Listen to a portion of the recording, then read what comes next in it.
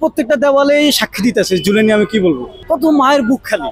ভাইদের রক্তের উপর দাঁড়ায় সরকার গঠিত হয়েছে।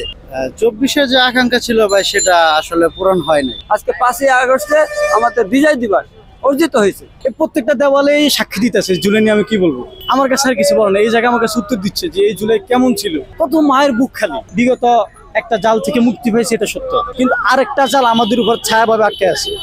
24-এর যে আকাঙ্ক্ষা ছিল ভাই, সেটা আসলে পূরণ হয় নাই। আমরা যে স্পিড নিয়ে জুলাই গণ অভ্যুত্থান করেছিলাম, সেটার পুরোপুরি বা কোনোটাই এখন পর্যন্ত হচ্ছে না। জুলাই তো আর আবেগ দিয়ে গঠিত হয় না। যদি আবেগ দিয়েই হইতো, আর এই আবেগটা যদি ভালোর জন্য হইতো, তাহলে ওই আবেগই আমাদের দরকার।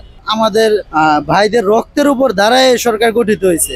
তাদের উচিত ছাত্র এবং আম জনতা মানুষের কথা চিন্তা করে দেশ এবং সব দেশের কাজ করে যাওয়া, জুলাই সনদে স্বীকৃতি দিয়ে যাওয়া। এত সময় নেওয়ার কোনো দরকার ছিল না। ফ্যাসিস্ট শেখ হাসিনা এবং আওয়ামী দূষর যারা আছে, তাদের বিচার হয় না, এটা আমাদের জন্য খুব দুঃখজনক। এই সরকারের কাছে বার্তা হচ্ছে, যারাই এই শহীদ হয়েছে, শহীদের পরিবারকে যেন রাষ্ট্রীয় মর্যাদা দিয়ে, যেই বৈষম্যের জন্য মূলত যে আন্দোলনটা সংগঠিত হয়েছিল, সেই বৈষম্যটা দূর করা।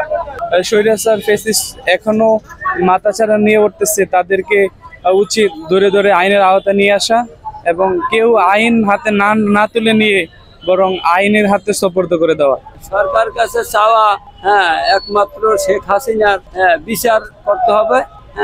এবং এই যে এই প্রায় 5,000 2,000 যাই হোক, মানুষ শহীদ হয়েছে, শিশু বাচ্চা পর্যন্ত রক্ষা পায় নাই, এবং ছাত্র জনতার উপরে স্টিম রোলার চালাইছে, আইনগর বানাইছে।